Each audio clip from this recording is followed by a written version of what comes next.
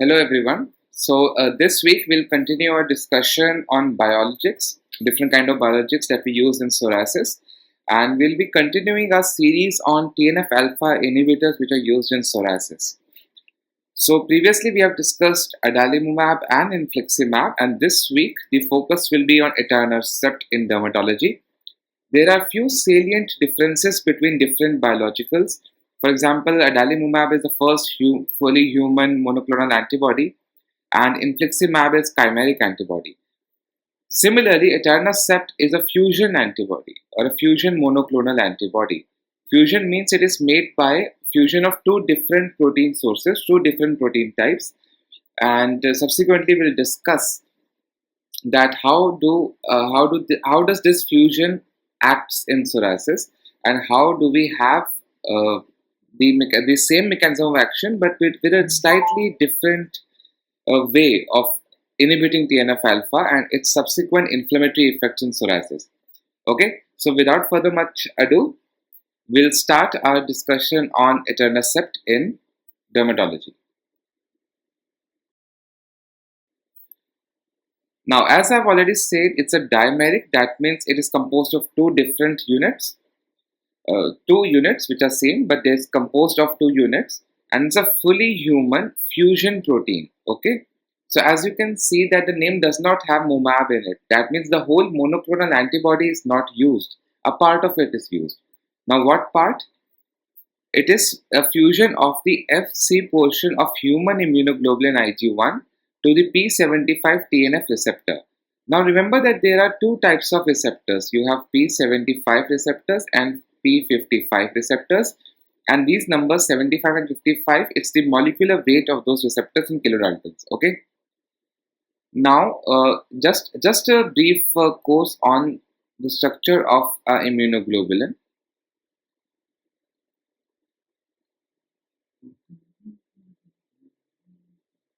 Okay, so roughly an immunoglobulin is a Y-shaped protein structure, and the fork of the Y, the two parts, are known as the antibody binding domain or the FAB, while the stem of the Y is FC or the constant domain or the crystallizable domain. Now, this FC domain is responsible for the attachment to the individual receptors that the cell has on its surface. Clear? So let me show the receptor in a slightly different color. Okay, so this is the receptor which is on cell surface. Clear? While the FAB is responsible for binding to the antigen, or in this case TNF-alpha. Now what happens in the case of Etanercept? Let's just get rid of everything.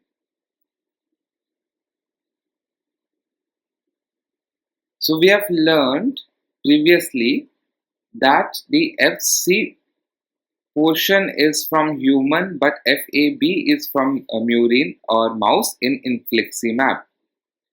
While in Adalimumab, this whole structure is from a human source or a humanized cell source. Okay, what happens in Etanercept is that this part or the FC part is from IgG1. And here you have two receptors which are the P75 receptors. Okay, so fusion protein. Etanercept is made by fusion of the Fc receptor and the P75 receptor, and this P75 binds to TNF-alpha. Okay, P75 is natural receptor for your for TNF-alpha, so it will bind to TNF-alpha. And the Fc is responsible to provide additional stabilization to the molecule. And if it binds to a receptor for the Fc, it does not lead to any kind of protein signaling or secondary messenger signaling inside the cell. Plus, it kind of attaches itself to TNF-alpha and the soluble TNF-alpha. Remember that there are two types of TNF-alpha. One is soluble, other is membrane bound. We have discussed that in previous 3 videos.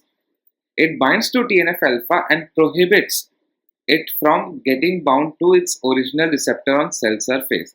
And when TNF-alpha does not bind to its original receptor on the cell surface, it will not lead to its normal effect of translation of various inflammatory molecules. Clear? We all know that TNF-alpha is one of the important mediator in pathogenesis of psoriasis, and TNF-alpha, if it is not attached to its normal receptor because of its attachment to etanercept, it will not lead to its normal inflammatory pathway.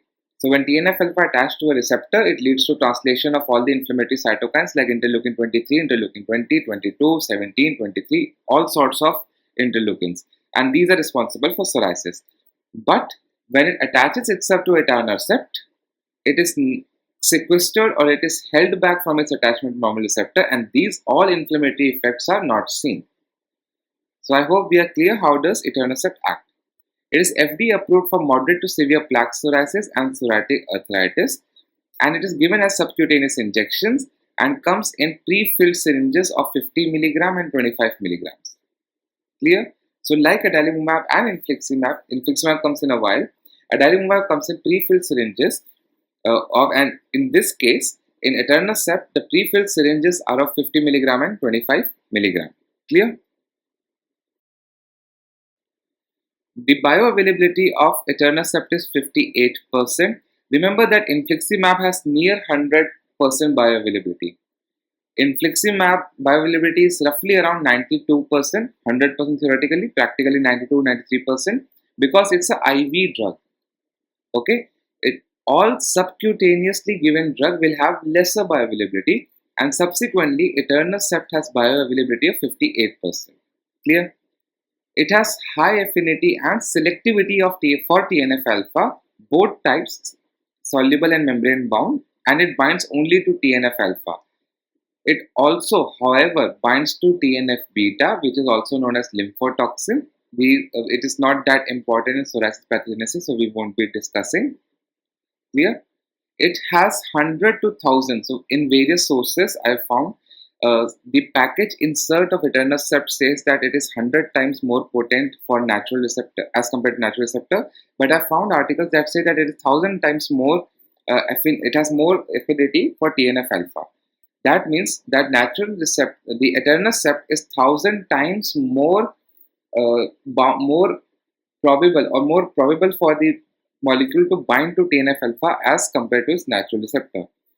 However, it releases the TNF-alpha.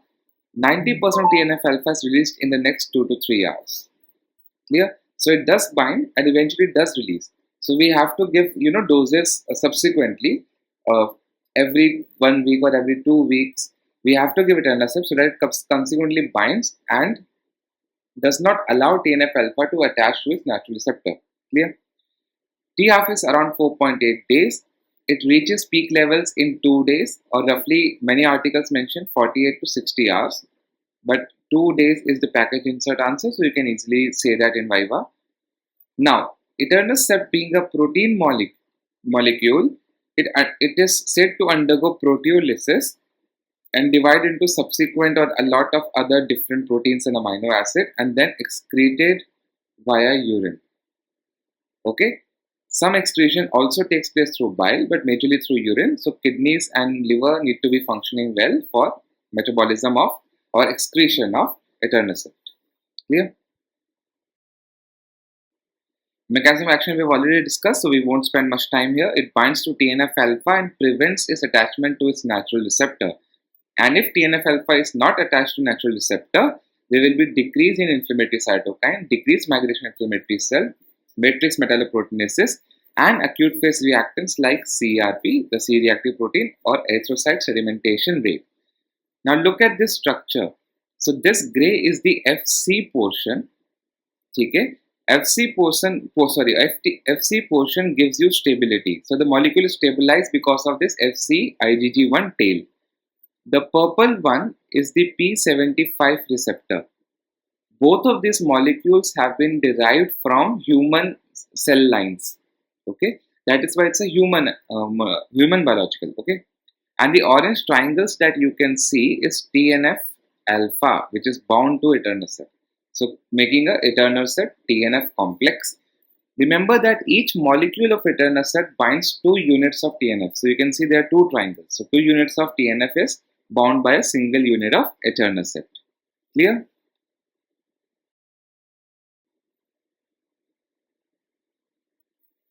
Now, we have seen this same slide before also while we were discussing adalimumab, infliximab, and pathomechanism of psoriasis. Okay, so I won't be spending much time on this slide in this lecture. We all know that TNF alpha is responsible for increased adhesion molecule and increased vascular growth factors. Increase in adhesion molecule leads to more migration of inflammatory cells to the skin, causing more inflammation at the skin level and causing more psoriasis or psoriatic plaques. Increased VEGF leads to increased angiogenesis, more blood vessels. Increased pro-inflammatory cytokines like all sorts of interleukin 17, 23, 12, 20, 22, all sorts of interleukins are released, and that leads to inflammation. Action of TNF alpha on keratinocytes increases the pro-inflammatory cytokine, and while these act on keratinocyte to increase the proliferation, and that is seen as scales and thickening of the skin. Okay, and it works on hepatocyte to increase the acute phase response. Remember that CRP and all those acute phase reactants like hepcidin, maybe ferritin, are all manufactured by hepatocytes. So, under the action of TNF alpha on the liver cells, it leads to formation of more inflammatory reactants like C-reactive protein. Clear? So, when Etanercept binds to TNF alpha and does not allow it to attach itself to the receptor, all these processes are not seen. Okay, and because of that, there is decreased inflammation and subsequent improvement in psoriasis. Clear? So, if you remember this diagram only, let me just clear everything. Yes, if you remember this diagram only, you can easily write 2, 3, 4 pages on functions of TNF alpha easily. Now, what is the regimen of Etanercept in psoriasis? It is started as a loading dose, and you give 50 milligram 2 times in a week. Okay. Usually, the articles mention that 2 doses must be 3 to 4 days apart. Okay. So every week, a patient receives subcutaneous dose of Etanercept 50 milligram 2 times in a week for the next 3 months, followed by 50 milligram every week till psoriasis is cleared. Okay. So remember that every yellow box is a 50 milligram injection of Etanercept. 50 milligram half week, then 50 milligram half week, 50 milligram half week. That means in 1 week you have to receive 2 doses of 50 milligram. You keep on doing this for 3 months. Okay. And then subsequently maintenance phase. The maintenance phase is given 50 milligram every week. Am I clear on that? For 3 months every week, 2 doses of 50 milligram followed by 50 milligram every week. Okay. If that is done, we assess the response at week 12. Clear? At week 12, PASI 75 or 75% reduction PASI. Now, what you will hear this term very frequently while reading about treatment in psoriasis. What is PASI 50? What is PASI 75? What is PASI 90? That PASI 75 means 75% reduction in PASI score as compared to baseline. So let's say your PASI score at baseline is just, let's say it's 50. So 75% of 50 should be decreased, and or after some duration of time, PASI should reach its 25% value. So at week 12, number of patients that achieve PASI 75 is roughly about 38% on Etanercept. While PASI 90, which means 90% reduction in PASI score as compared to baseline, is seen in roughly about 15% of patients on Etanercept. Let me just write it properly. 15%. Clear? If at week 12 no response is seen, you stop Etanercept. Clear? Now you would have remembered if during that infliximab discussion I was telling you about use of methotrexate with Etanercept. Now, methotrexate with infliximab. Infliximab being a chimeric monoclonal antibody leads to formation of a lot of anti-drug antibodies in the body. Remember that these are all protein molecules, and any foreign protein molecule will lead to formation of antibodies in our body. In infliximab, these antibodies are neutralizing type. That means they will bind to infliximab and leads to increased clearance. It doesn't happen that much with Etanercept because Etanercept is a fully human dimeric fusion protein. So it's derived from a human source, and that is why they are not much anti-drug antibodies. We are clear on that. So, but however, many of the articles mention its combination with methotrexate, particularly while treating rheumatoid arthritis or your psoriatic arthritis. If methotrexate is added to Etanercept, PASI 75 at the end of week 12 increases to about 70%, while PASI 90 at week 12 increases to about 34%, which is roughly double the that of using only Etanercept. Okay, that means if you add low dose methotrexate range of around 7.5 to 15 milligram per week, PASI score at week 12 doubles. Clear? And if it is combined with narrowband UVB, remember that narrowband is a good enough treatment for psoriasis. If it is combined with narrowband UVB, the PASI 75 score reaches, or in some of the articles, it is mentioned to reach as high as 82%, while PASI 90 is roughly about 58%, which is more than 3 times what we see while using only Etanercept. Clear? So remember that combination therapy with narrowband UVB and methotrexate have been described, and it leads to further improvement in these psoriasis outcomes at week 12. Okay. So few additional points that I would like to say is that Etanercept was the first biologic. Etanercept is the first biological to be FDA approved for pediatric psoriasis.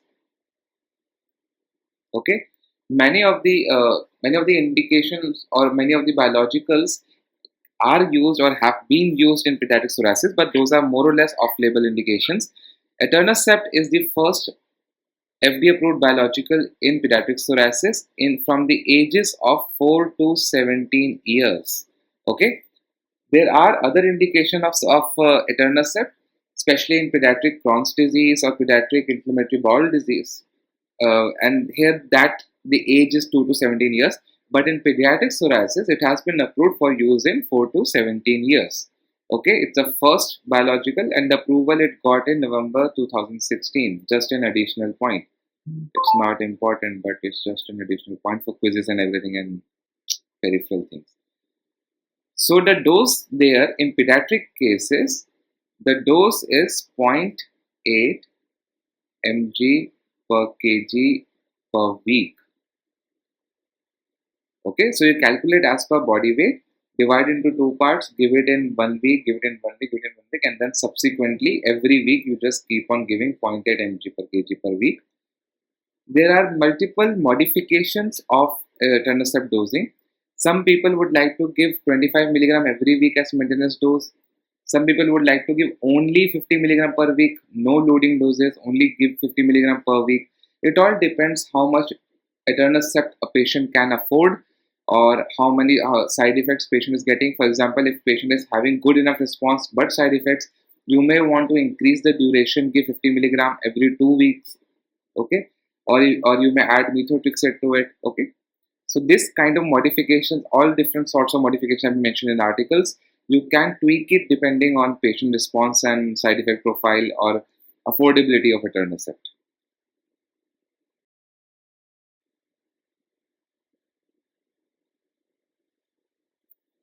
Now for psoriatic arthritis, the regimen is simple.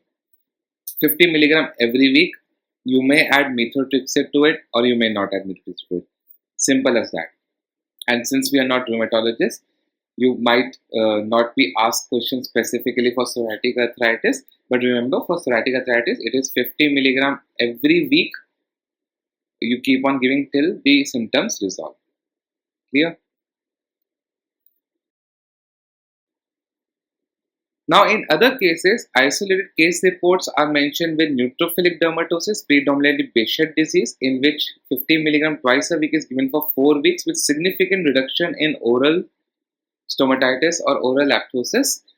Additionally, skin ulcers also shown to improve with this regimen, but these are all isolated case reports. You may use it if you have exhausted all other possible therapies, but these are not FDA approved indication, none of them are. It has been used in apoptosis, Sweet syndrome, pyoderma gangrenosum, the other neutrophilic dermatosis.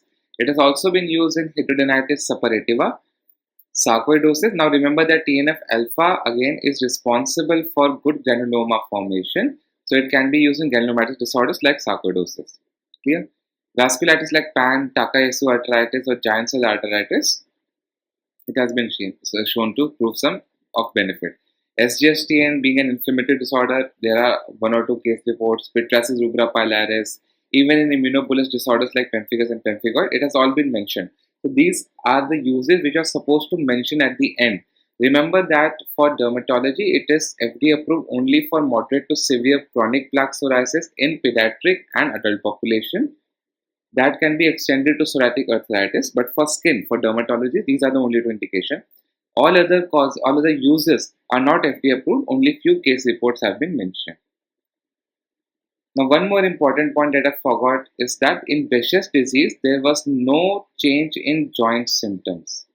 Okay, so no change in joints. So remember that. So if only cutaneous involvement is majorly there in Behçet's, you may consider using Etanercept.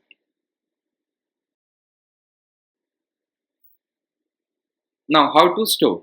It comes as a lyophilized compound if it is coming in a vial. Remember that it is present in two different forms. Either it's a single syringe or an auto injector like Adalimumab, or it can come in a 50 milligram vial like infliximab. So you have a vial, and in that you will have a lyophilized cake of Etanercept lying right here.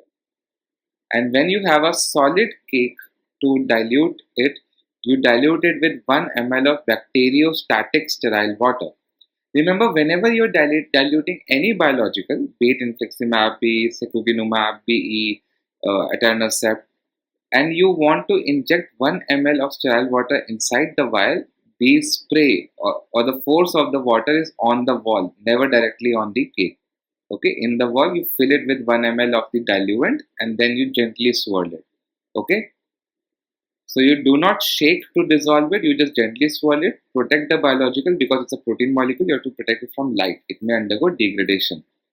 Storage is always in refrigerator between 2 to 8 degrees Celsius. Do not freeze. If it becomes frozen, never use it. And we are talking this majorly in the case of auto injector or these pre-filled syringes because they are already in liquid form. You're not supposed to freeze it. If it gets frozen, do not use it even after thawing.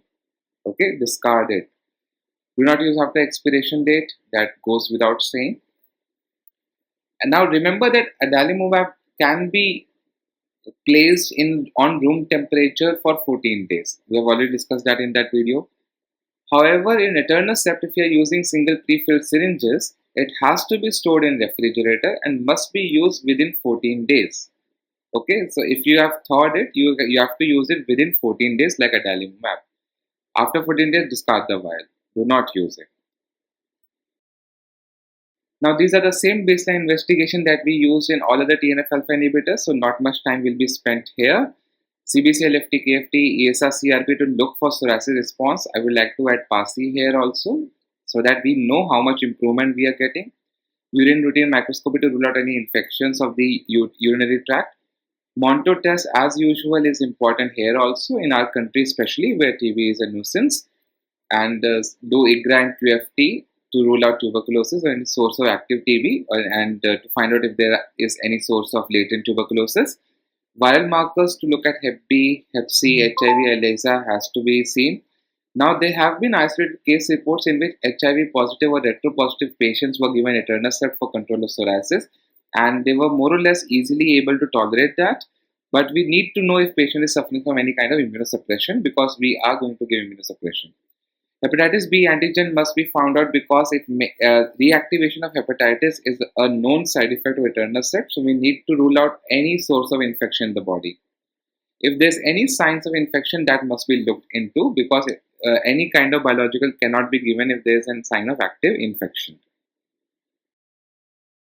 Now, how to administer Etanercept? It's a subcutaneous injection. That means it has to be given just below the skin in the subcutis. You take out the pre-filled syringe and allow it to reach the room temperature. Okay, it takes around 15 to 20 minutes for it to reach the room temperature. So you have to wait for 15 to 20 minutes. 15 to 20 minutes. Inspect the vial or the syringe for any particulate matter or discoloration prior to any administration. After diluting, you have to just gently swirl the vial. Do not shake it. It's a protein molecule. If you shake it, it will form froth. Okay, so just easily swirl it. Clear? The vial does not have any preservatives. So if there's any unused portion, you discard the whole vial. You cannot use it again. It does not have any preservative. It will go bad. It will be dangerous for the patient. Discard all unused Etanercept after 14 days. After 14 days, you need to discard everything. Do not keep it under preservative, even if you have to use it, even if you keep it in fridge. So this 14 days is for refrigerator.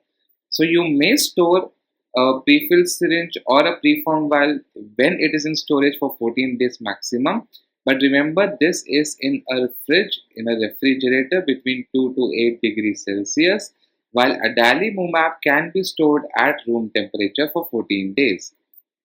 Etanercept in fridge 14 days, Adalimumab at room temperature 14 days. After 14 days, discard both of them. Clear? Let's go forward. Now this is the 25 milligram powder in a vial form for Etanercept, and the diluent is supplied with it. So you dilute it prior to administration and then administer it.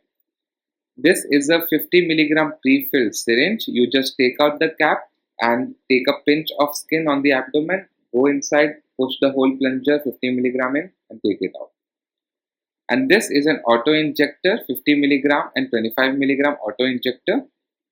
And this works same as what we had seen in Adalimumab. If you want to see Adalimumab, I'll write it again. So yeah, so this works same as Adalimumab self-injector. So go back to the video that we were discussing on Adalimumab, and there I've discussed in detail how to inject Adalimumab, what all to look forward. So here you can see you have that window in which you have to see that it is properly filled to the point and everything, the whole dose is given to the patient. It works same as Adalimumab. If you want to see in detail how to inject subcutaneously, go back to the video on Adalimumab and see the administration part of that video. Now the contraindication. None are listed, but the package insert mentions severe infection as an absolute contraindication. So severe infection or sepsis is an absolute contraindication. This table I've taken from Wolverton, but the package insert mentioned that severe infection and sepsis is a contraindication for any TNF-alpha inhibitor, including Etanercept. The warning is for two things as usual for all TNF-alpha inhibitors, infections and malignancies. We'll be discussing them in detail afterwards. So different kind of infections, malignancies, if there are any hypersensitivity reaction, it has been shown to cause anaphylaxis or angioedema. If there's any reaction with protein molecules or in diluents or any reaction of, a pre-filled syringe also has other chemicals also. It may have sodium citrate with it, okay. So with that, if person is allergic to, let's say, sodium citrate, you cannot give these kind of biologicals, okay. Remember that. In cardiovascular, predominantly NYHA grade 3 and 4, it is contraindicated like all TNF-alpha inhibitors. Other mixed side effects like rare causes of pancytopenia, aplastic anemia have been reported. Demyelinating disorders. These are all the contraindication of TNF-alpha inhibitors. So if you just remember this table, this picture, you can write notes and notes on TNF-alpha inhibitors. So demyelinating disorders like CNS demyelination disorders like peripheral or central. Okay, peripheral includes Guillain-Barré and central demyelinating disorders.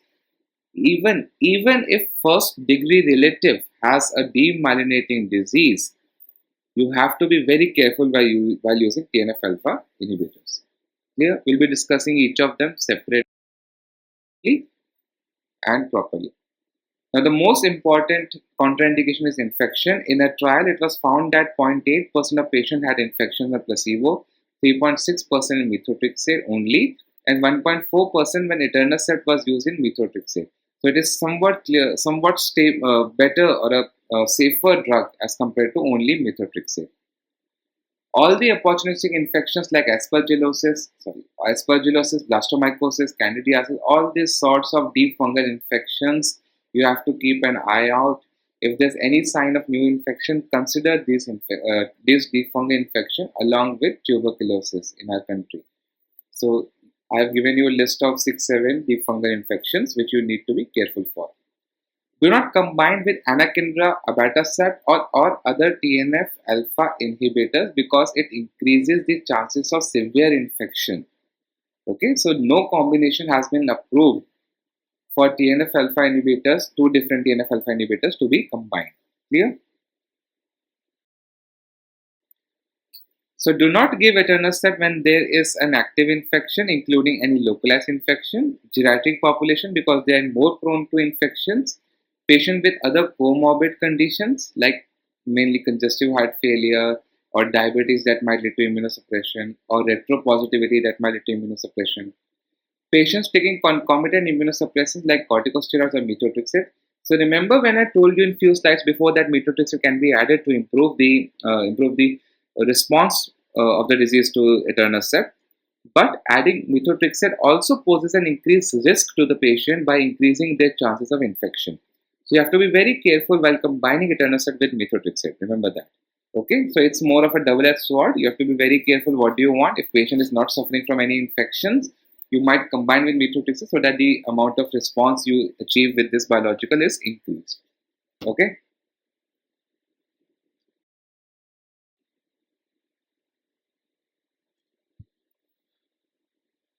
For TB and etanercept, the risk has found to be lower as compared to infliximab and adalimumab.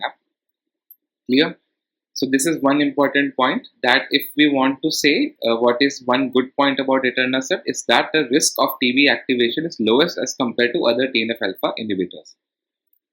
Monto test, again the limit is taken as 5 millimeters. Okay, any kind of immunosuppression increases the risk of TB. Remember that. Any signs of new infection occurs, also consider TB. For example, in the previous slide or two slides before, we were discussing that patient might have other opportunistic infections like deep fungal infection. If there's a sign of infection that points towards tuberculosis, take that point into account.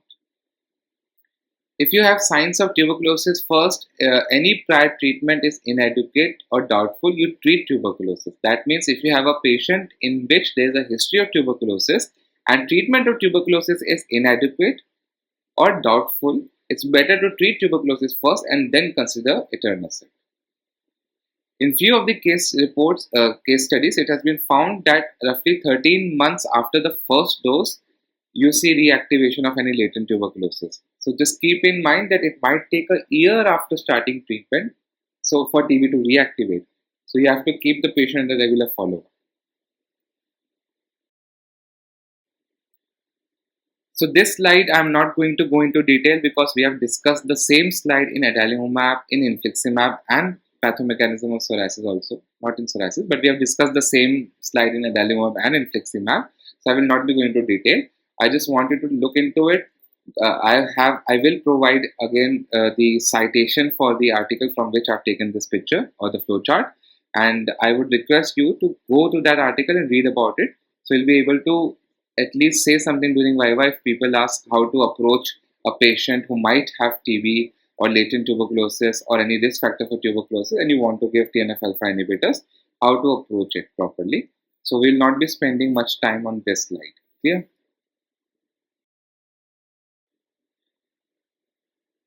Coming to malignancies, we know that this is one of the boxed warning or the black box warning by FDA for etanercept. The median time of onset has been found to be around 30 months, ranging from 1 to 84 months from the first dose. Especially if initiation of therapy occurs below 18 years of age in pediatrics. So we know that we have an indication of pediatric psoriasis and also IBD, but we don't deal with IBD. So in pediatric psoriasis, If the doses are given below 18 years of age, as we see in pediatric psoriasis, the chances of malignancy is somewhat higher. Malignancies are same as other TNF-alpha inhibitors like lymphomas, including Hodgkin and non-Hodgkin lymphoma. The risk also increases if the patient is taking concomitant immunosuppression like, let me just write it properly. Concomitant immunosuppression like steroids or methotrexate or any other like azathioprine or something. Okay. Now, the risk of malignancy developing in patient of psoriasis is similar to general population. That means if there is an increased risk of developing malignancy, it is mainly because of your treatment. So keep that in mind. Okay.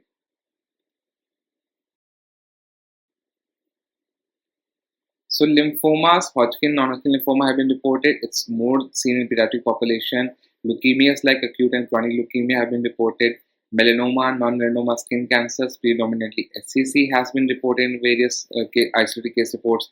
Merkel cell carcinoma has been reported. Now remember that patients who have rheumatoid arthritis have about 2 times increased risk of developing malignancy by themselves without any treatment. And if you give treatments with TNF-alpha inhibitors like Etanercept, you might increase the risk of having malignancy. So that is just because, just discussing rheumatoid arthritis, no studies have yet been done of similar kind in psoriatic arthritis. So we don't know much about psoriasis. But you have to keep in mind, it's better to do a lymph node examination whenever a patient comes to you or a patient is taking Etanercept.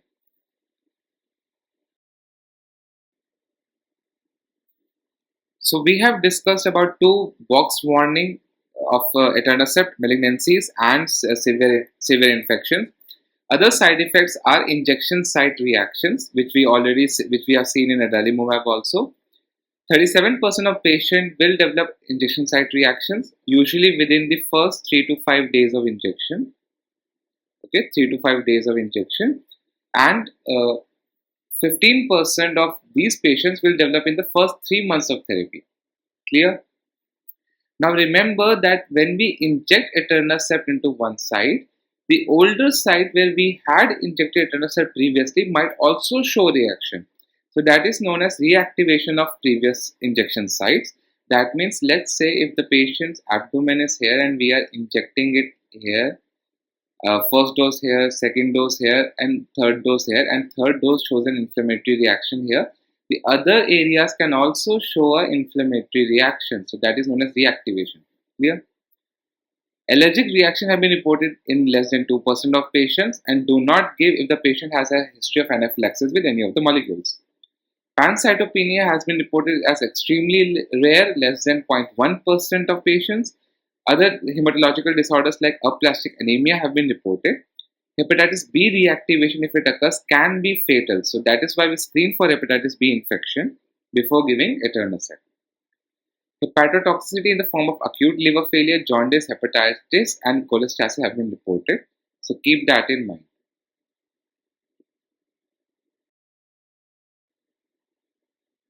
Congestive heart failure is also rare, less than 0.1%, but still NYHA class 3 and 4 are relative contraindications for using Etanercept. So make sure that a cardiac history or a cardiac examination is done in all patients whom you want to give Etanercept. Demyelinating disorders are also seen rarely, less than 0.1%, but a history has to be taken. Remember that if a first degree relative is also affected with demyelinating disorders, you might have to be a little bit more careful while giving Etanercept in your patient. Autoantibodies or the anti-drug antibodies have been reported to occur in 2 to 6% of patients. But remember that since Etanercept is a fully human dimeric fusion protein, these antibodies are non-neutralizing. That means they do not have any decrease in efficacy for Etanercept. While in infliximab, these were neutralizing autoantibodies. Lupus-like illnesses, predominantly because of development of ANA and other autoantibodies, have been seen in rarely in less than 0.1% of patients. And sometimes these autoantibodies can attack the liver, causing autoimmune hepatitis. One special side effect that has been found in few patients is hypoglycemia. So if your patient has diabetes mellitus, you might have to redefine the dosages of hypoglycemic drugs. so that the patient doesn't have an unexpected hypoglycemia post Etanercept. So keep that in mind, that this is one side effect that has been specifically reported with Etanercept. It's a good Viva or quiz question. All pediatric patients receiving Etanercept have to be brought up to date with all their immunization. Patient may receive concurrent vaccination given that these are not live vaccine and these are not live attenuated also. So no live vaccines, no live attenuated vaccines. You may give kill vaccines or subunit vaccines or mRNA vaccines that may receive concurrent. You don't need to stop Etanercept. Okay.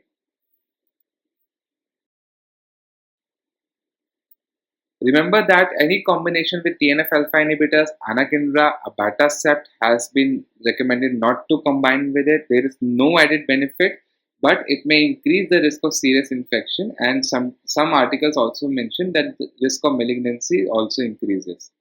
Okay. The product insert of Etanercept mentioned that combination with cyclophosphamide may increase non-cutaneous skin malignancies. Additionally, there is no added benefit. That means there is no benefit in combining Etanercept with cyclophosphamide, and cyclophosphamide being a cytotoxic drug may increase the chances of non-cutaneous skin malignancies. If you want further information on cyclophosphamide, we have a separate video, so I would like you to go back and see that video on cyclophosphamide and its uses in dermatology. Clear?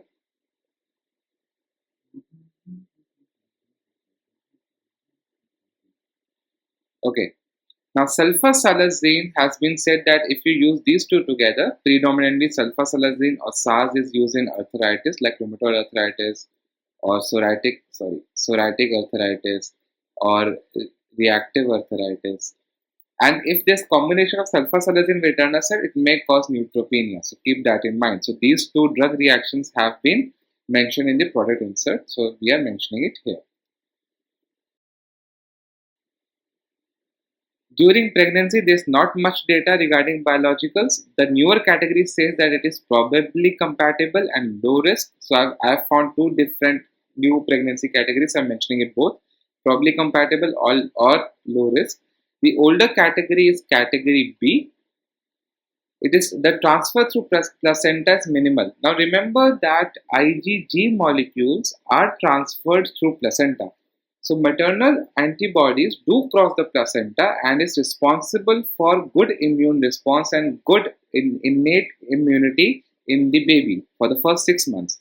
After 6 months, the baby starts to get exposed to the environment and make its own antibodies, make their own antibodies. Okay. But the transfer for Etanercept has found to be minimal. So even if a patient has received Etanercept during pregnancy, the transplacental migration is minimal and it may not be detrimental to baby's health. In the baby's serum, it has found to be non-existent if the mother is giving an Etanercept, so it is safe for the baby. For lactation, there's not much data, but it's better to be cautious because low level is secreted in breast milk. Now, if this low level gets digested in the GI tract of the baby or it gets absorbed, the studies mention that it is not found in the serum, so that means it is not to that level to cause any kind of side effects or any kind of clinical effects in the baby. So it's much more safer. But just be cautious. It's better to avoid and go for other drugs. But if we know a bit about other drugs in psoriasis, biologicals tend to be safer as compared to other drugs. Okay, so with that, we have finished this week's discussion on Etanercept and its uses, its mechanism of action, its structure, its pharmacology, its side effects, black box warnings, its regimen to be used in psoriasis and psoriatic arthritis. If you have any other question regarding Etanercept, you just email. You may email me here on my email ID, or just comment below the video any doubt, any suggestions how you would like these kind of discussions to change and improve. Any other queries, any questions that you have been asking your Viva that we don't know the answer of, we'll find it together, not an issue. So just let me know. And with this, I end my video on Etanercept. Now, one thing to remember, I just forgot about it, and I think I'll use this time to tell you about it. How to remember it. So,